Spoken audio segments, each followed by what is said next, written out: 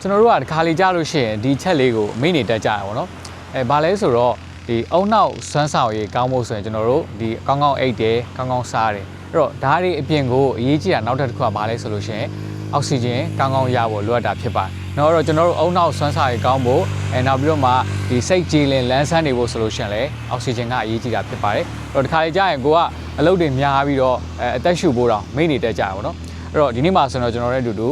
ဒီအသက်ဖြည်းဖြည်းရှူတဲ့လေ့ကျင့်ခန်းလေးကိုလုပ်ကြဖြစ်ပါတယ်ဘာလို့လဲဆိုတော့ဒီအောက်ဆီဂျင်ကောင်းကောင်းမရတဲ့သူတွေမှာဆိုလို့ရှိရင်ကျွန်တော်တို့ဒီညဆိုလို့ရှိရင်ပေါ့နော်ဒီကိုအိတ်နေနဲ့ရုပ်တရက်ထားလို့မရတာမျိုးတွေပြောကြတော့ကျွန်တော်တို့ဘလူးစီးတယ်ပေါ့ဒီလိုမျိုးဟာတွေကလည်းကျွန်တော်တို့အောက်ဆီဂျင်လုံလောက်စွာမရတဲ့အတွက်ကြောင့်ဖြစ်ပါတယ်အဲ့တော့ရှူတဲ့အခါမှာဆိုလို့ရှိရင်လည်းကျွန်တော်တို့ဒီဖြည်းဖြည်းလေးရှူလိုက်တယ်ပေါ့နော်အဲ့မှာ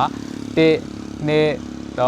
3 4 စက္ကန့်လောက်ကျွန်တော်တို့ဖြည်းဖြည်းလေးရှူလိုက်တယ်ပြီးသွားလို့ရှိရင်ကျွန်တော်တို့ဖြည်းဖြည်းလေးရှူထုတ်လိုက်မှာဖြစ်ပါတယ်ဒီလိုရှူထုတ်တဲ့အခါမှာဆိုလို့ရှိရင်လည်းဒီကိုယ့်ရဲ့ဒီကြွက်သားတွေတင်းနေတဲ့အအားလုံးကိုဖြေလျှော့သွားအောင်ကျွန်တော်တို့စိတ်ကိုဒီလုံးဝ relax ပေါ့ပါလေးလှုပ်ထားမှာဖြစ်ပါတယ်เนาะအဲ့တော့ကျွန်တော်တို့ဒီလိုမျိုးပုံစံလေးပေါ့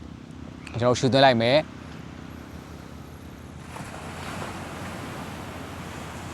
ရှူထုတ်လိုက်မယ်ဒီလိုမျိုးလေးပေါ့နော်4စက္ကန့်လောက်ကျွန်တော်ရှူသွင်းတယ်4စက္ကန့်လောက်ပြန်ပြီးတော့မှ